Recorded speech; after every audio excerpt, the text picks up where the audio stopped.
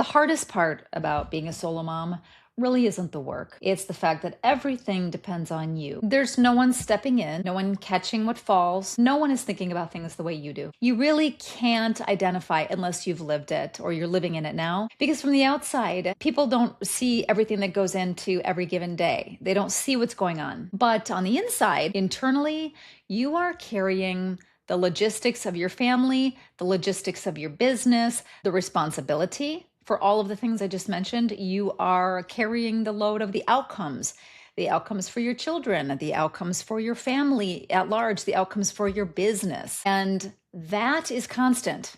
It doesn't shut off.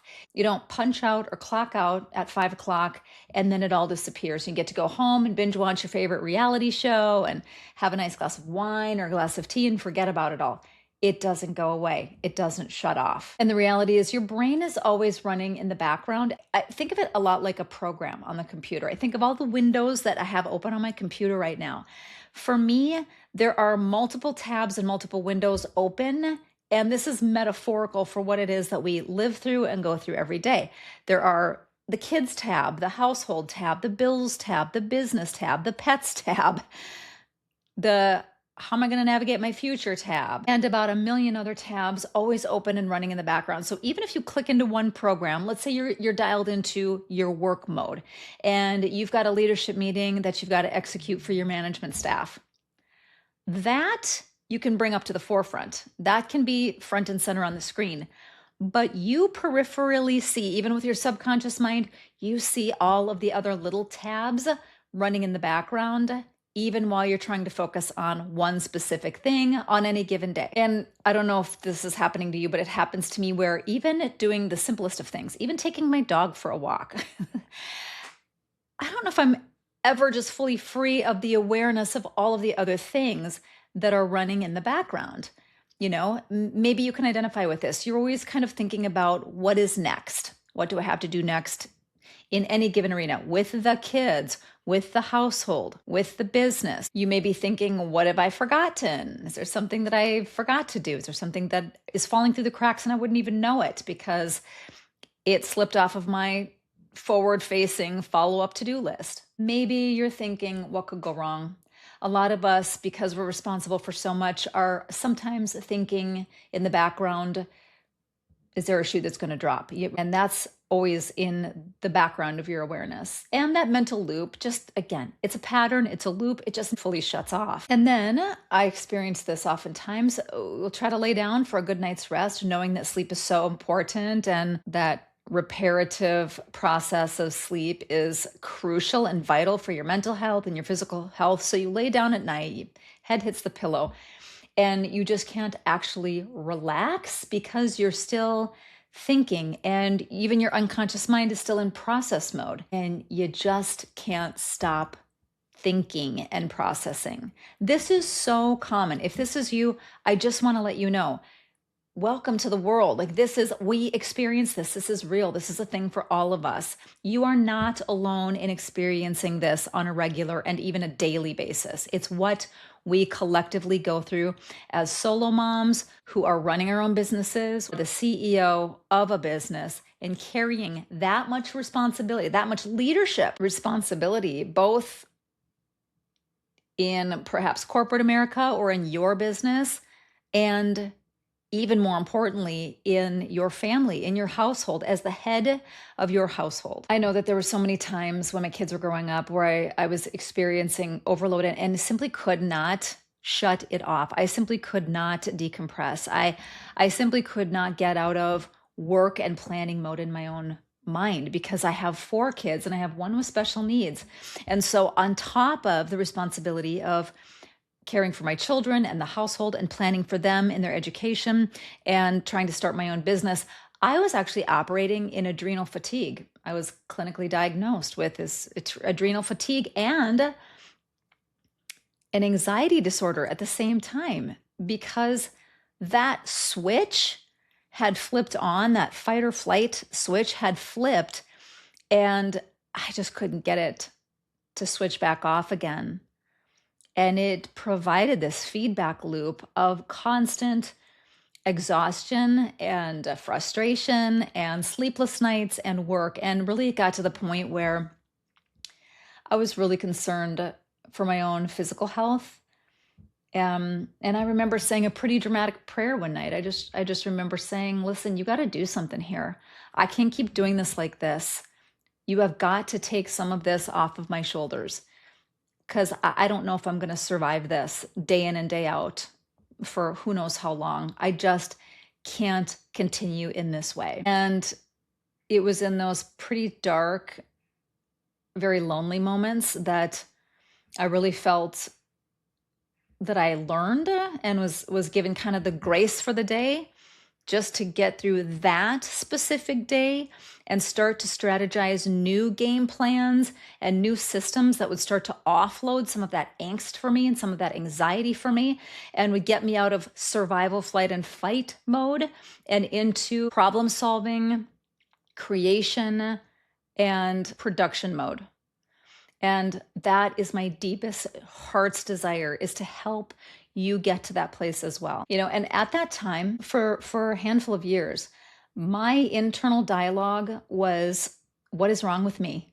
Why can't I be like everybody else? What is so different? Why is everybody else seeing the breakthroughs, seeing the open door opportunities, having fun, enjoying life? They get to go on vacation and relax.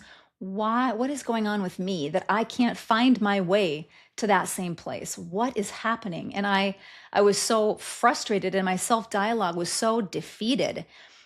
I felt so isolated. I felt like there was literally something that I didn't have that everybody else had that I was missing. I was missing that fundamental piece that everybody else had that was creating success and breakthroughs for them. You know what? Over the course of time, that really does something to you. It's not just exhausting, but it makes you, and it made me, less present. It stripped me of my ability to feel present with my own children. I remember taking chunks of time where I would homeschool them, and then I'd be taking them to the park, or we'd make a trip to the water park or the library, and I was physically there, of course, and I was mindful of their safety, but I was not dialed in. I was a million miles away. I was in my problems. I was in my head. I was in the future. I was just not, I couldn't give them the gift of presence. I could not be there with them. It stripped me of the present moment. And that's what it does. It causes us to be more reactive. I hear a lot of women say, I feel like I'm snapping at my kids all of the time. I feel like I'm just so reactive, and I can't figure out why. You feel quicker to feel overwhelmed. It's like your bandwidth starts to shrink and you can't handle one more thing. I can't do one more problem today. I can't do one more complaint today. I can't do one more something broke, or this email came in and it's requiring this of me. I can't do it today. That's the point we get to. And it has nothing to do with your capability. It has nothing to do with your gifts, your talents, and your strengths. It is simply because you have been on for too long. And this is really the part that nobody talks about. So they don't think about it. You don't think about it unless you're in it. When you ask for help or consulting or coaching, they'll say, manage your time better, utilize productivity and time management strategies, get more organized. But they don't talk about this, the weight of being the one everything else depends on, because it's not a part of the typical framework for CEOs or even for parents. The truth is, you cannot productivity hack your way out of this. This is life as a solo boss mom. So if you've felt tired, even when you didn't really do that much during the day, or you feel exhausted after doing just a couple of things, everything I just mentioned is why you feel that way. Because your brain has been working all day. Your emotions have been processing and working all day, even when your body hasn't been. That's what high-level responsibility actually feels like. And very few people actually know that or actually experience it. Most people, in fact, will never experience this at this level. And this is why structure and support and systems matter so much. They're not things that are nice to have, but these are must-haves as survival level tools. And I don't want you to just survive. I want you to thrive expand, and create total freedom. When I'm talking about systems, here's what I mean. I mean, doing the things that you can in advance, having predictable anchors in your day, reducing how many things you have to hold in your head all at the same time. I've talked about this in previous videos. I mean creating even small moments where you're not the one carrying everything. And you know what that looks like? That looks like when your sister-in-law or your mother or your neighbor offers to give you a break. Please take them up on it, even for 30 minutes. Just take them up on it. Just go take a hot bath and put on a dumb reality show that can take you totally out of your current state, at least for a couple of minutes. Take the offers. If respite is offered to you, absolutely take it. It does not make you look weak. It does not mean you're less of a parent. It means you are smart. You know that whole analogy, put your own oxygen mask on first on the airplane before assisting others? I used to hate that. I was like, I would never do that. I would for sure put my kid's face mask on first. What are they talking about? That's horrible. I mean, after a while, you get it. If you're not breathing oxygen and you pass out, what does everybody else do? So you must reset. You must find times to replenish. And if that means relying on somebody else to help you do it, even for small chunks at a time, even if you got to pay them, please take the opportunity to do it. And then the idea of support. We have to come together as a tribe and do this. Solo moms that are bosses, solo moms that are CEOs, solo moms who are responsible for the household, responsible for their children, and responsible for a business, as in you are creating the future for your children, for yourself, and also laying the groundwork for what your life looks like on a daily basis, and it's up to you. We are rare. So for that reason, we need to come together and support each other. And this is exactly what Solo Boss Mom is designed for. It's what it's all about. A tribe of single women who are parents, who are running or operating or owning their own businesses at a very, very high level of capacity now, doing all of this and doing it in a tribe of support. I think it's crucial. And if you want support, building something that actually works for your life, and I mean that actually provides the kind of freedom that you need and you want for your life and for the lives of your children, please jump in and join Solo Boss Mom. I would love to connect with you there. There's a link in the description.